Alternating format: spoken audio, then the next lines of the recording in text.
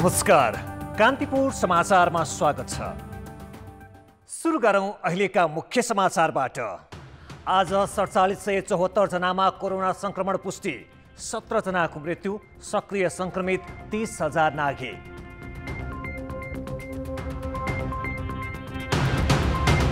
काठमाडौँ सहित महामारीबाट अति प्रभावित 10 जिल्लामा निषेधाज्ञा, व्यापार व्यवसाय र सवारी सञ्चालनमा रोक, जरुरी नपरे घरबाट ननिस्कन प्रशासनको आग्रह। जसपाको माग अनुसार 120 अभियुक्तको मुद्दा फिर्ता लिन सरकार तयार। सांसद सम्पर्क विहीन भएपछि गण्डकीमा अविश्वास प्रस्तावमाथिको मतदान रोकियो।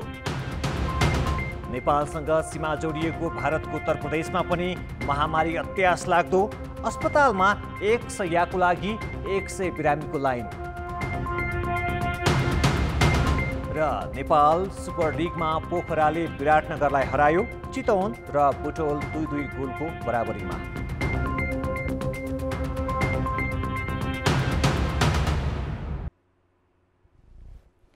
आज देशभर 4774 जनामा कोरोना संक्रमण पुष्टि भएको छ। 17 जना संक्रमितको मृत्यु भएको छ। स्वास्थ्य मन्त्रालयका अनुसार 13,889 को PCR परीक्षण गर्दा 34% भन्दा बढीमा भाइरस देखिएको हो। त्यस्तै 955 जनामा एन्टिजेन परीक्षण गरिएकोमा 123 जनामा संक्रमण देखिएको छ। तीमध्ये 2047 जना काठमाडौँ उपत्यकाका छन्। देशभर सक्रिय संक्रमित 30,209 पुगेका छन्, जसमध्ये 2364 जना संस्थागत आइसोलेसनमा छन्। 27,845 जना बिरामी घरमै छन्। भेन्टिलेटरमा 98 र आइसियुमा 317 जना उपचाररत छन्। काठमाडौँ, भक्तपुर, ललितपुर, चितवन, मोरङ, पर्सा, कास्की, दाङ, बाँके, बर्दिया, रूपन्देही, सुर्खेत र कैलाली महामारीबाट अति प्रभावित देखिएका छन्, जहाँ 500 भन्दा बढी सक्रिय संक्रमित छन्। त्यसपछि बढी प्रभावित हुने जिल्लामा सुनसरी, झापा, बारा, धनुषा, मकवानपुर, काभ्रे, पाल्पा, कपिलवस्तु र कञ्चनपुर रहेका छन्, जहाँ 200 देखि 500 को बीचमा सक्रिय संक्रमित छन्। संघीय राजधानी काठमाडौँका 3 सहित विभिन्न जिल्लामा लागू गरेको निषेधाज्ञा भोलिदेखि लागू हुँदैछ।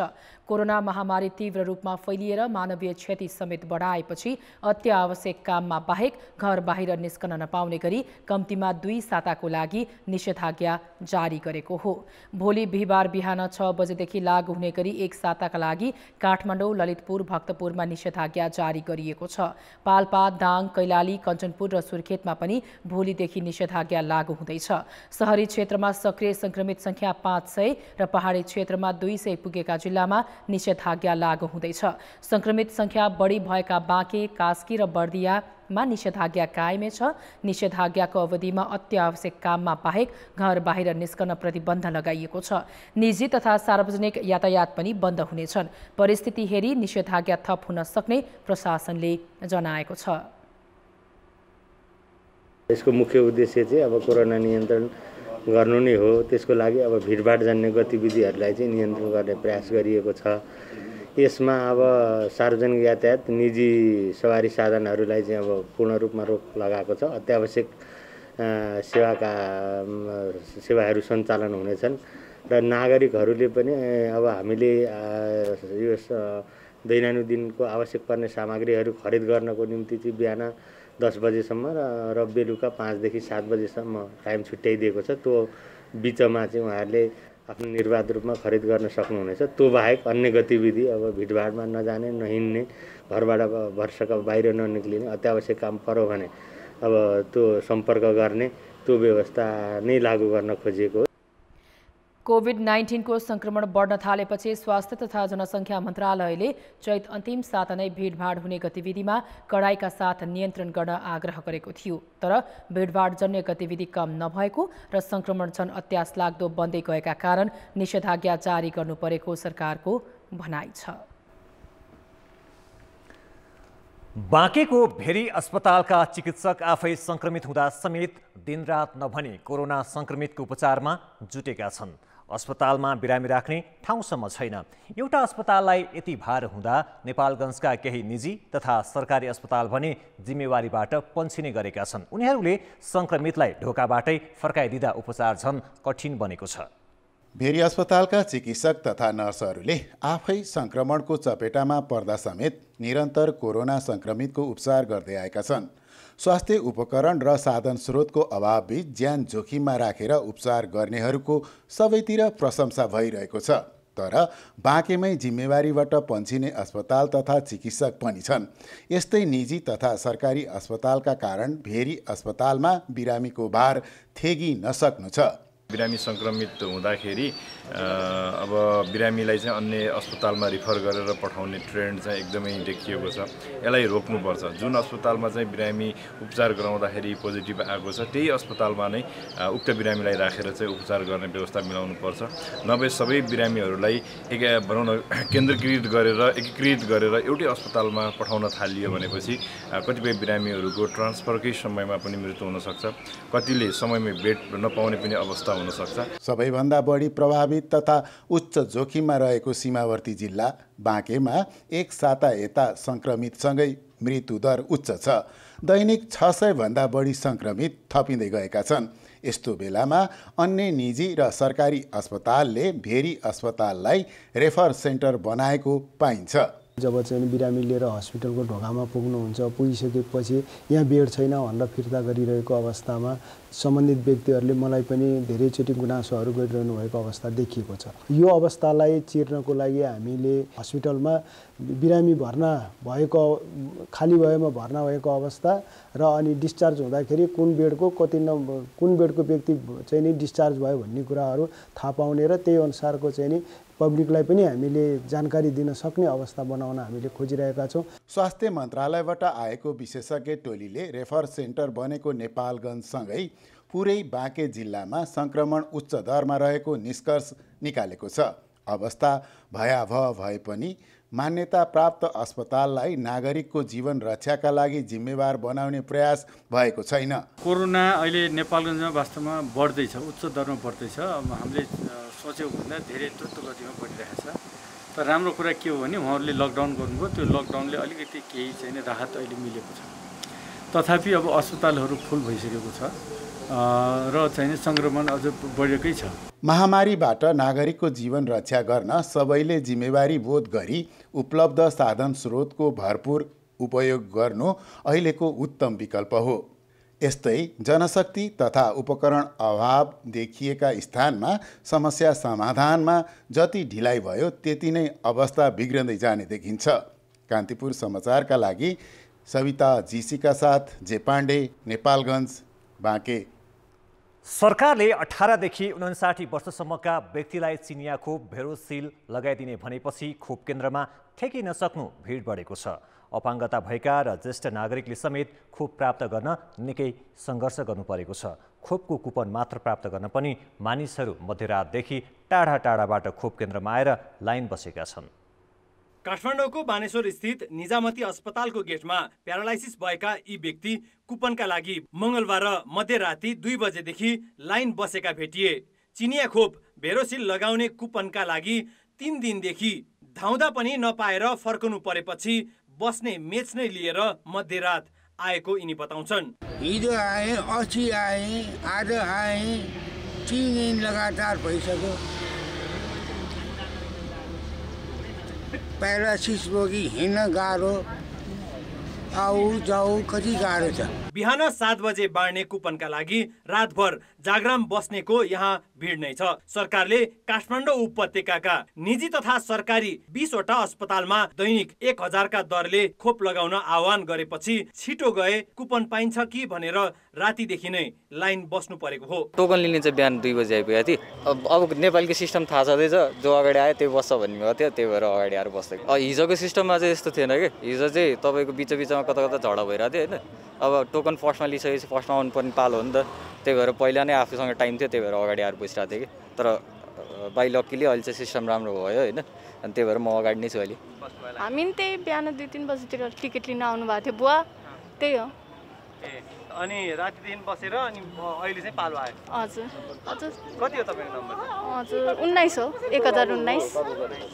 कतै कुपनका लागि त कतै खोप लगाउनका लागि। व्यवस्थित तवरले सेवा दिन नसक्दा सेवाग्राहीले निकै जोखिम र कष्ट बिहोर्नु परेको छ। सरकारले भारतबाट खरिद गरेको सबै खोप नआउँदा अनुदानमा पाएका सीमित खोपबाटै अभियान चलाउनु परेको छ, जसले गर्दा कुपन लिने र खोप लगाउने ठाउँ भिडभाड युक्त भएका छन्। अनलाइनबाट कुपन वितरण र खोपको समय समेत निर्धारण गर्न सके भिडभाड पनि कम हुन्थ्यो कि। कान्तिपुर समाचारका लागि क्यामेरामा श्याम श्रेष्ठका साथ सुबिन्द्र श्रेष्ठ, काठमाडौँ। ब्रेकपछि समाचारमा पुनः स्वागत छ। सरकारले जनता समाजवादी पार्टी जसपासँगको सहमति अनुसार 120 जना विरुद्धका 15वटा मुद्दा फिर्ता लिने निर्णय गरेको छ। मन्त्री परिषदको सोमबार बसेको बैठकले मधेस आन्दोलनका क्रममा जसपाका नेता कार्यकर्तामाथि लगाइएको मुद्दा फिर्ता लिने निर्णय गरेको हो। जसपाले सरकारलाई समर्थन गर्नुअघि आफ्ना कार्यकर्तामाथि लागेका मुद्दा फिर्ता लिनुपर्ने शर्त राख्दै आएको थियो, तर अदालतको फैसला अनुसार थुनामा रहेका जसपा सांसद रेशम चौधरीको मुद्दा भने फिर्ता गरिएको छैन। 15वटा मुद्दाहरूसँग संलग्न 120 जना व्यक्तिहरूको मुद्दा फिर्ता लिएको पनि म यहाँहरूको बिचमा यो सार्वजनिक गर्न चाहन्छु। यस्तै मुद्दा फिर्ता लिने क्रममा हामीले अरू कानुनी रूपमा र नेपाल सरकार बारी भई चलाएका फौजदारी मुद्दाहरू फिर्ता लिने सम्बन्धी निर्देशिकाको आधारमा कानुन र संविधान बमोजिम मन्त्री परिषदले फिर्ता लिन सक्ने मुद्दाहरूलाई फिर्ता लिने क्रम निरन्तर रहने कुरो पनि म यहाँहरूको बिचमा अनुरोध गर्दै सरकारको निर्णयको स्वागत गर्दै जसपाका नेताहरूले सहमतिको कार्यान्वयन भएको र सत्ता सहकारीसम्मको वातावरण बनेको टिप्पणी गरेका छन्। आफूहरूले बुझाएका 26 प्रकृतिका मुद्दाको सूचीमध्ये मन्त्री परिषदले 15वटा फिर्ता लिएको र अझै 11वटा बाँकी रहेको जसपाको भनाइ छ। अझै मुद्दा केही फिर्ताको प्रक्रिया बाँकी छ, त्यो मुद्दा पहिला फिर्ता होस्, बन्दी रिहाएका कुरा होस्, त्यसपछि चाहिँ लागेको प्रतिवेदन सार्वजनिक गर्ने कुरा भनेका छौँ, अनि त्यसपछि नागरिकता विधेयक पारित गर्ने कुरा भनेका छौँ र चाहिँ संविधान संशोधनको सन्दर्भमा चाहिँ एउटा रिभ्यू कमिटी बनाउने कुरा छ। यी कामहरू होस्, हाम्रो सहकार्य एकदम हुन्छ। हामी सकारात्मक रूपमा अगाडि बढिरहेका छौँ अहिले, र हामीलाई चाहिँ यो सबै वातावरण जो अहिले सुरुवात जो भयो नि, यो यसले गर्दा एउटा विश्वासको वातावरण बन्यो। अब हामीलाई पनि आशा छ छिटै चाहिँ एउटा सहकार्यको वातावरण बन्ला। उन्मुक्ति पाउनेहरू अधिकांश आन्दोलनका क्रममा आगजनी, लुटपाट र चोरी डकैतीमा संलग्न भएको भन्दै मुद्दा खेपिरहेका जसपाका नेता कार्यकर्ता हुन्। जसपाका अध्यक्ष महन्त ठाकुर र वरिष्ठ नेता राजेन्द्र महतो पक्षले कार्यदल नै गठन गरी सरकारसँग मुद्दाको विषयमा छलफल गरिरहेको थियो। जसपाकै अर्का अध्यक्ष उपेन्द्र यादव र बाबुराम भट्टराई पक्ष भने ठाकुर खेमाको गतिविधिप्रति सन्तुष्ट देखिँदैन। उनीहरू प्रधानमन्त्री केपी शर्मा ओलीले संसद विघटन गर्ने प्रतिगमनकारी कदम चालेको भन्दै कुनै पनि हालतमा सत्ता सहकारी गर्न नहुने अडानमा छन्। यसअघि आजै महान्यायाधिवक्ता रमेश बडालले जसपाका सांसद रमेश रेशम चौधरीको मुद्दा भने फिर्ता हुन नसक्ने जानकारी दिएका थिए। आफ्ना सांसद हराएको भन्दै राष्ट्रिय जनमोर्चाले निवेदन दिएपछि गण्डकी प्रदेशसभाको बैठक अनिश्चितकालको लागि स्थगित भएको छ। राष्ट्रिय जनमोर्चाकी सचेतक पिआरी थापाले सांसद खिल विक्रम शाहीको अवस्था अज्ञात रहेकाले खोजी पाऊँ भन्दै संसद सचिवालयमा निवेदन दिएपछि सूचना टाँच गरी बैठक स्थगित गरिएको हो। अन्तिम समयमा बैठकमा आउने सूचना गरेका शाही सम्पर्कमै नआएपछि निवेदन दिनु परेको जनमोर्चाको भनाइ छ। र इमर्जेन्सी भएको उहाँ आउनुपर्छ होइन, पार्टीको जुन निर्णय भएको छ, जुन भएको छ त्यही अनुसार उहाँले गर्नुपर्छ। सदनमा आजै मुख्यमन्त्री पृथ्वी सुब्बा गुरुङ विरुद्धको अविश्वास प्रस्तावमा मतदान हुने कार्यसूची थियो। दिउँसो 1:30 बजे सुरु भएको बैठकमा अविश्वास प्रस्तावमाथि सांसदहरूले मन्तव्य राखेका थिए। सत्तारूढ एमाले सभामुखले एकलौटी ढङ्गले सदन स्थगित गरेको भन्दै असन्तुष्टि व्यक्त गरेको छ। यो पहिलो घटना आज घटेको चाहिँ छ। सभामुखले आफू खुसी, अब होला कुनै दलको पक्षपोषण गरेर होला उहाँले आफू खुसी यो सूचना टाँसेको यहाँ देखिएको छ। यो संसदीय मर्यादा, हाम्रो कार्यव्यवस्थाको अहिलेसम्मको चाहिँ जुन चलन चल्ती छ यसको विपरीत चाहिँ छ र सभामुखले जुन यो घटना घटाउनु भएको छ यसको सबै जिम्मेवार सभामुखले लिनुपर्छ। तीनजना सांसद रहेको जनमोर्चाले मुख्यमन्त्री विरुद्धको अविश्वास प्रस्तावको पक्षमा मतदान गर्ने निर्णय गरेको छ। आजको बैठकमा जनमोर्चाका सांसद शाही र स्वतन्त्र सांसद राजीव गुरुङ अनुपस्थित भएपछि खैलाबैला मचिएको थियो। अविश्वास प्रस्ताव विफल बनाउन सरकारले सांसद लुकाएको विपक्षीको आरोप छ। हराएका भनिएका सांसद शाही बेलुकी पोखराकै चरक मेमोरियल अस्पतालको आइसियुमा भेटिएका छन्। उनका स्वकीय सचिव मिलन हमालका अनुसार दिउँसो 12 बजे अचानक बिरामी भएपछि उनलाई अस्पताल भर्ना गरिएको हो। स्वास्थ्य समस्याबारे केही खुलाइएको छैन। मङ्गलबार गरिएको कोरोना परीक्षणका क्रममा शाहीको रिपोर्ट नेगेटिभ आएको थियो। बागमती प्रदेशका मुख्यमन्त्री डोरमणि पौडेलले मन्त्री परिषद विस्तार गरेका छन्। 3 मन्त्री र 1 राज्य मन्त्री थपेर आज मन्त्री परिषद विस्तार गरिएको हो। नवनियुक्त मन्त्रीमा केशव पाण्ड्या आन्तरिक मामिला तथा कानुन, सुरेश नेपाल उद्योग पर्यटन वन तथा वातावरण, सरस्वती बस्नेत सामाजिक विकास रहेका छन्। यस्तै रामकुमार अधिकारी सामाजिक विकास राज्य मन्त्रीमा नियुक्त भएका छन्। नवनियुक्त मन्त्रीहरूलाई प्रदेश प्रमुख विष्णु प्रसाई र राज्य मन्त्रीलाई मुख्यमन्त्री पौडेलले आजै शपथ ग्रहण गराएका थिए। शपथ ग्रहणपछि आजै मन्त्रीहरूले पदभार सम्हालेका छन्। सत्तारूढ नेकपा 3 जना मन्त्रीले मुख्यमन्त्री पौडेल विरुद्ध पुस 10 गते अविश्वास प्रस्ताव दर्ता गर्दै राजीनामा दिएका थिए। कोरोना महामारी सुरु भएपछि गत वर्ष कैयौं दिन पैदल हिँडेरै गाउँ फर्कनेहरूको लर्को र उनीहरूले भोगेको पीडा अहिले पनि धेरैले बिर्सेका छैनन्। तर 1 वर्षपछि फेरि कोभिड भयावह बन्दै जाँदा काठमाडौँमा बस्नेहरूको नियति दोहोरिएको छ। प्रशासनले निषेधाज्ञा जारी गरेपछि बन्द र कोरोनाबाट जोगिन काठमाडौँ छाडेर धेरैजना आफ्नै घर फर्किएका छन्। बुधबार दिउँसो करिब 3:30 बजे काठमाडौँ प्रवेशको मुख्य नाका कलङ्की चोकमा देखिएको यो दृश्यले बिहिबारदेखिको निषेधाज्ञा र कोरोना महामारीले कति अत्याएको छ भन्ने प्रस्ट्याउँछ। बालबच्चा बोकेर दौडिएका र तातो घाममा घण्टौँदेखि बस कुरेर बसेका सबैलाई काठमाडौँमा बन्दले निम्त्याउने बेरोजगारी र कोरोना दुवैबाट जोगिन घर फर्किने हतारो थियो। त्यही भिडमा 4 घण्टादेखि बुटोल जाने बस कुरिरहेका थिए विवेक लुइटेल। जुन बस आउँछ भरिभराउ। युद्ध जितेला जस्तो गरेर दौडिएर जाँदा पनि बस नपाउँदा अर्को गाडी पर्खिनुको विकल्प थिएन उनीसँग। कोरोनाले एकदमै गाह्रो बनाइरहेको छ दाइ होइन। सबैलाई नै गाह्रो छ। हेर्नु मान्छे तलदेखि माथिसम्म सर्छ, गाडी नपाएर यस्तै छ सबैको। म काठमाडौँमा जब प्लस मेरो पढाइ पनि चलिरहेछ अनि म चाहिँ जब गर्दैछु अहिले। कलङ्की हुँदै फर्कनेहरू मात्रै होइन, भक्तपुर हुँदै आफ्नो घर जान चाहनेहरूको लड्को पनि उस्तै थियो। बिहिबार बिहान 6 बजेदेखि निषेधाज्ञा सुरु हुने भएपछि मध्यरातसम्म जसोतसो फर्किन खोज्नेहरूको भिड कोटेश्वरमा पनि उस्तै थियो। हाम्रो बाँच्ने आधारै नभएपछि अब हामी कहाँबाट हामी मजदुरहरूलाई बाँच्ने आधार नभएपछि अब हामी घर जानु बाध्य भएका छौँ। जिल्ला प्रशासन कार्यालयले काठमाडौँ छोडेर फर्किन चाहनेहरूका लागि 2 दिनको समय दिएको छ। थोरै समयमा काठमाडौँ छाड्नुपर्ने हुँदा निम्तिएको चापले ट्राफिक प्रहरीलाई पनि उत्तिकै शास्ति देखियो। मङ्गलबार साँझसम्म मात्रै 20,000 सवारी साधनमा 1,70,000 भन्दा बढीले काठमाडौँ उपत्यका छोडेको प्रहरी तथ्याङ्क छ। मापदण्ड पुरा गरेर जान दिएपछि सवारीले चाप धान्न सकेका छैनन्। धेरै मान्छेहरू हामी अहिले कलङ्कीमा पनि हेऱ्यौँ, जामहरू अलिकति बढी प्रेसर बढी छ। अलिकति भाँडाकुँडा पनि बोकेर गएका जस्ता मान्छे पनि देखिन त।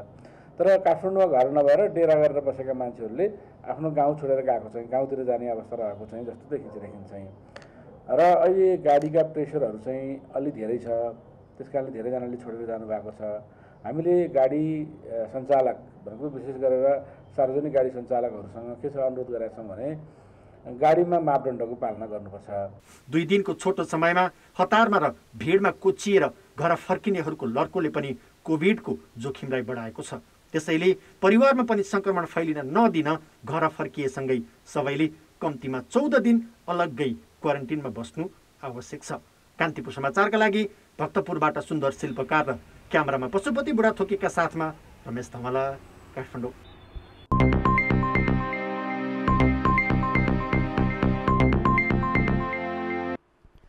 धितोपत्र बोर्डले निश्चित समूहको स्वार्थमा प्रदेश स्तरमा ब्रोकर थप्ने प्रक्रिया अघि बढाएको छ।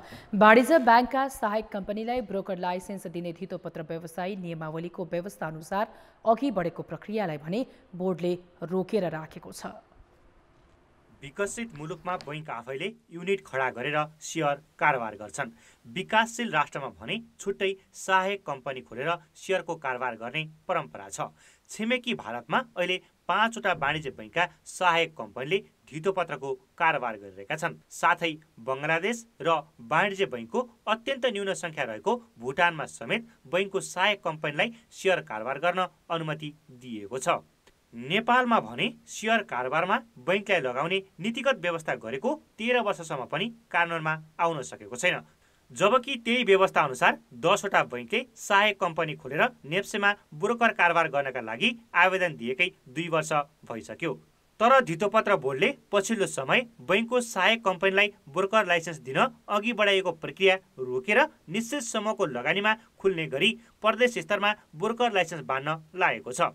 यसबाट नागरिकको सेयर र निक्षेप लगानी भएका बैंकहरू निराश हुन पुगेका छन्। अर्थ समितिबाट निर्णय भयो। अर्थ समितिबाट निर्णय भएपछि अर्थ समितिले विभिन्न देशहरू चाहिँ उहाँले अध्ययन गरेर आउनुभयो। अध्ययन गरेर आएपछि रिपोर्ट पनि के दिनुभयो भने अन्य देशमा पनि ब्याङ्कहरूले यो काम गर्दा रहेछन्, त्यसमा नेपालको ब्याङ्कलाई दिँदाखेरि केही इस्यु छैन, कर्पोरेट गभर्नेन्सको इस्युहरू चाहिँ केही छन् भने त्यसलाई सम्बोधन गरेर अगाडि बढ्नु भनेर निर्देशन दिनुभयो।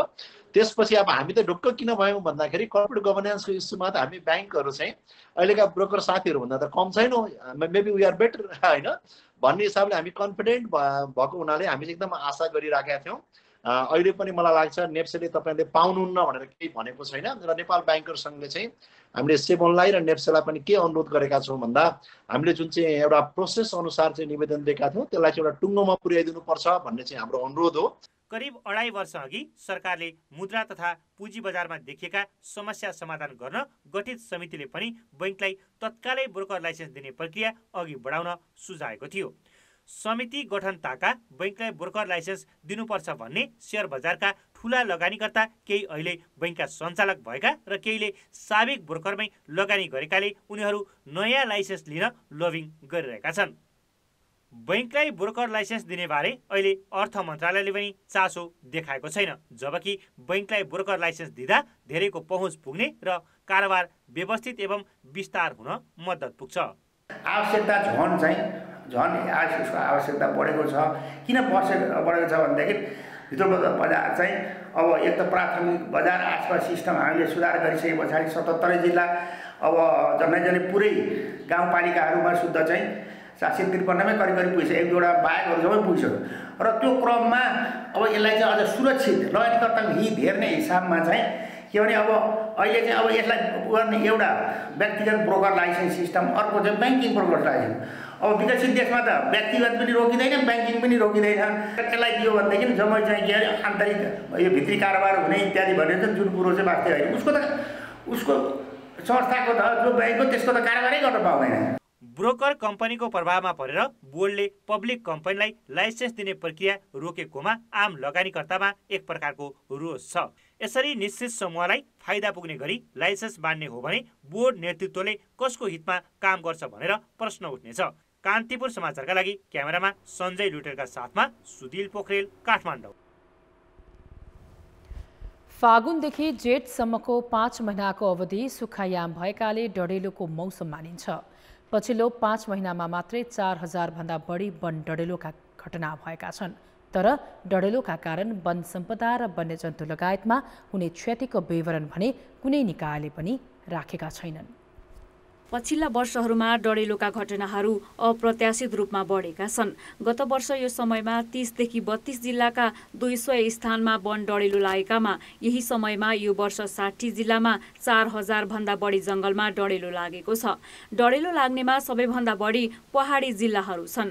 यो समयमा पानी नपर्ने, सुक्खा हुने र नियन्त्रणको प्रभावकारी प्रणाली नभएको कारण डढेलोका कारण हुने क्षति पनि अत्याधिक भइरहेको छ। यसरी वन जंगलमा डढेलो लाग्दा त्यहाँ रहेका वनस्पतिसँगै जीवजन्तु पनि आगोमा परेर मर्छन्। यसले ठूलो पर्यावरणीय क्षति निम्तिन्छ। जसका कारण जङ्गलभित्रको विविधतामा ह्रास ल्याउने र पर्यावरणीय सन्तुलन पनि बिग्रने गर्छ। डढेलो धेरै हुँदा वायु प्रदूषणका कारण मानव स्वास्थ्यमा पनि घातक असर गरिरहेको छ। तर यति ठूलो सङ्कट निम्त्याउने डढेलोको वास्तविक क्षतिका बारेमा न राज्यका कुनै निकायले वस्तुगत अभिलेख राखेका छन् न त कुनै अध्ययनकै खाँचो महसुस गरिरहेका छन्। बरु एकले अर्कातिर सोझ्याउँदै आफू जिम्मेवारीबाट पन्छिने प्रवृत्ति देखिएको छ। पहिला केन्द्रमा हुँदाखेरि चाहिँ हाम्रो रेगुलर डाटाहरू तथ्याङ्कहरू आउँथ्यो र हामीले आज यति क्षति भयो, यो जिल्लामा यति क्षति भयो भन्थ्यौँ। अहिले त्यो तथ्याङ्क चाहिँ हामीलाई चाहिँ त्यहाँबाट प्राप्त नहुने अवस्था भएको हुनाले प्राप्त भइरहेको अवस्था छैन। त्यसैले अब त्यो प्रदेशले भोलि गएर एक मुष्ट जम्मा गरेर पठाउला त्यतिखेर हामीले भन्न सक्छौँ। अहिले चाहिँ त्यतिसम्म भन्न सक्ने अवस्था छैन। तर विगतको ट्रेन्ड हेर्दाखेरि चाहिँ हेर्नुहुन्छ भने 1,40,000 हेक्टरबाट 6.5 लाख हेक्टरसम्म नेपालमा नोक्सान भएको छ। वन्यजन्तुलाई पनि नोक्सान गरेको हुन्छ, सानसानो बिरुवालाई नोक्सान गरेको हुन्छ, यसको अन्डाहरू पार्ने समय भएको हुन्छ, चराहरूको मजुरहरूको यस्तो जुन जमिनमा खस्ने जनावर हुन्छ यसलाई चाहिँ नोक्सान बढी गरेको हुन्छ। नेपालको वन जङ्गलमा बहुमूल्य वनस्पति र दुर्लभ वन्यजन्तुहरू समेत छन्। यी सम्पदाको संरक्षणका निम्ति पनि राज्यले समुदाय समेतको सहयोगमा विशेष कार्ययोजना बनाएर क्षति न्यूनीकरणका प्रयास गर्न नसक्ने होइन। तर सामान्य सावधानी, सचेतना र नियन्त्रणका उपायले पनि धेरै ठूलो क्षति रोक्न सक्ने हुँदाहुँदै त्यसतर्फ पनि पर्याप्त ध्यान दिएको देखिँदैन। यो बहुमूल्य जडीबुटीहरू, हाम्रा बहुमूल्य जैविक विविधताका क्षेत्रहरू, यिनीहरू चाहिँ ठुलो रूपमा प्रभाव पारिराखेको छ यो वन डढेलोले। तर यस सम्बन्धीमा सम्बन्धित निकाय, मन्त्रालयहरू, वन तथा वातावरण मन्त्रालय, वन तथा भू संरक्षण विभाग र यो वन अनुसन्धान तथा तालिम केन्द्र भन्ने छ, यी निकायहरूले वास्तवमा जति चासो र रुचि दिएर यसप्रति सकारात्मक भएर कार्यक्रमहरू अध्ययन अनुसन्धानको बढाउनु पर्ने हो, त्यति भएको देखिँदैन। साथै वन मन्त्रालयले यो वन डढेलो सम्बन्धी वार्षिक रूपमा छुट्याइएको बजेट पनि अति न्यून छ। वन र वन्यजन्तु संरक्षणमा नेपालको प्रयास संसारमै अग्रणी मानिएको छ। वन र वन्यजन्तु जोगाउँदा नेपाली जीवनले ठूलो मूल्य पनि चुकाएको छ। यति ठूलो लगानी परेको सम्पदा खरानी हुनुको कारण विवरण र नियन्त्रण प्रणालीबारे ध्यानै नदिनु उदेक लाग्दो पक्ष हो। कान्तिपुर समाचारका लागि क्यामेरामा रूपा कोइरालाका साथ अञ्जना लामिछाने, काठमाडौँ। अब जनमतको अन्तिम परिणाम। जनमतमा हिजो हाम्रो प्रश्न थियो, राजनैतिक दलका नेताहरू नै भिडभाडयुक्त गतिविधिमा सामेल हुनुलाई के भन्नुहुन्छ? ए, जनस्वास्थ्यमा खेलवाड, बी, सोच नै गैर जिम्मेवार र सी, शक्तिको दम्भ। जनमतको अन्तिम परिणाम यस्तो छ, ए जनस्वास्थ्यमा खेलवाडमा 18%, बी सोच नै गैर जिम्मेवारमा 52% र सी शक्तिको दम्भमा 30% मत प्राप्त भएको छ। अब जनमतमा आजको प्रश्न। जनमतमा आज हाम्रो प्रश्न छ, महामारीका बेला बिरामीको उपचार गर्न नमान्ने निजी अस्पताललाई के गर्नु पर्ला? ए, समन्वय बढाउने, बी सरकारले नै चलाउने र सी सञ्चालकलाई कारबाही गर्ने। जनमतको अन्तिम परिणाम भोलि साँझ 8 बजेको कान्तिपुर समाचारमा प्रसारण गर्नेछौँ। कृपया NEWS news space A, B वा C टाइप गरी 34001 मा SMS गरी आफ्नो मत व्यक्त गर्नुहोला। अब जनताको आवाज। पशुपालन तथा व्यावसायिक कृषि उत्पादनको लागि व्यावहारिक र प्रयोगात्मक सिप सिक्न विभिन्न जिल्लाबाट धनकुटाको पाखरीबासमा भेला भएका किसान प्रतिनिधिलाई हामीले सोधेका छौँ, कृषि पेसामा तपाईँले भोग्नु परेका समस्या के हुन्? जनताको आवाज। सुन्तला खेती छ, हाम्रो अलैँची खेती छ, बङ्गुर पालन छ। यी सबै चिजले हामीलाई वर्षमा आम्दानी दिन्छन्। हामीलाई ब्याङ्कले दिने लोनमा चाहिँ महिनावारी किस्ता लगाइदिइसकेपछि चाहिँ हामीले दोस्रो सोचबाट पैसा ल्याएर लगाउनु पर्ने भयो। यसले हामी मार कहाँ पर्यौँ। अनुदान त अलिकति हालिमुहाली भएकोले नै बढी लिने गरिरहेको छ। कम्तीमा प्रविधि हस्तान्तरणहरू गर्ने र उत्पादित भएका चिजहरूको बजार सुनिश्चितता, मूल्य सुनिश्चितताको कुरा गरेपछि चाहिँ अरू चाहिँ जुन कृषिमा आउनु खोजिरहेका युवाहरू चाहिँ उत्साहित हुनुहुन्थ्यो। जुन प्रकारले उत्पादन गर्छौँ हाम्रो लागत बढी पर्छ, तर हामीले उत्पादन गरेको वस्तुलाई हामी आफैले नै मूल्य निर्धारण गर्न पाउने अवस्था छैन। बिचौलियाकै हातमा बढी मूल्य भएकोले किसानहरू चाहिँ अलिकति यो पेसामा आकर्षित हुन नभएको हो कि? अनुदानमा पनि उहाँहरूले को किसान को बिचौलिया उहाँहरूले छुट्याउनु पर्यो राज्यले हामीले बिचौलेलाई नै दिनुपर्ने, बिचौला मार्फतै हामीले बजारमा पुर्याउनु पर्ने अवस्था देखिएको छ। अब हामीले 10 रुपियाँ मुठामा यसरी रायोको साग हामीले टमाटरहरू 10-15 रुपियाँ केजीमा हामीबाट लिएर उहाँहरूले 25-30 रुपियाँ केजीसम्म बेच्नुहुन्छ। काम गर्ने कृषक तर बढी कमिसन बढी फाइदा खाने चाहिँ बिचौलियाहरू हुनुहुन्छ। बाख्रा पालन, यो गाई पालन, भैँसी पालनहरू जस्तै यो हाँसलाई पनि विशेष रूपले चाहिँ एउटा केही कार्यक्रम बनोस् भन्ने चाहिँ म चाहिँ सरकार समक्ष चाहिँ म यो कुरा पुर्याउन चाहन्छु। कृषि लोन भन्छ नि, यो धेरै झन्झटिलो कुरो छ। एकदम प्योर किसानले नपाइरहेको अवस्था र होइन जसले सेटिङ गर्छ होइन उहाँहरूले चाहिँ पाउनुहुन्छ कि।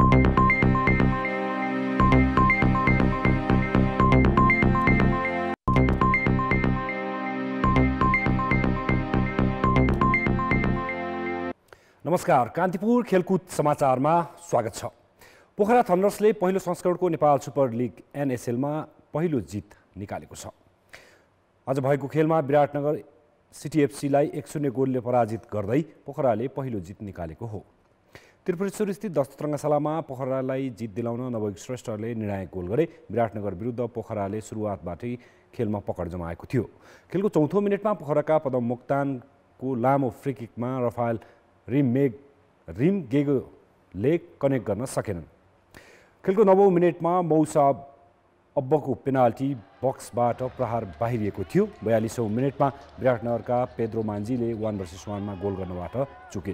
खेलको 54औं मिनेटमा डिबक्सको ठिक भित्रबाट पोखराका कप्तान नवयुग श्रेष्ठले पावरफुल शट विराटनगरका गोलकिपर किशोर गिरीले बचाए। खेलको 61औं मिनेटमा पोखराका रवि पासवानको प्रहार पोस्टको क्रसबार लाग्दै बाहिरिएको थियो। 83औं मिनेटमा नवयुगले गोल गर्दै पोखरालाई 1-0 को अग्रता दिलाए।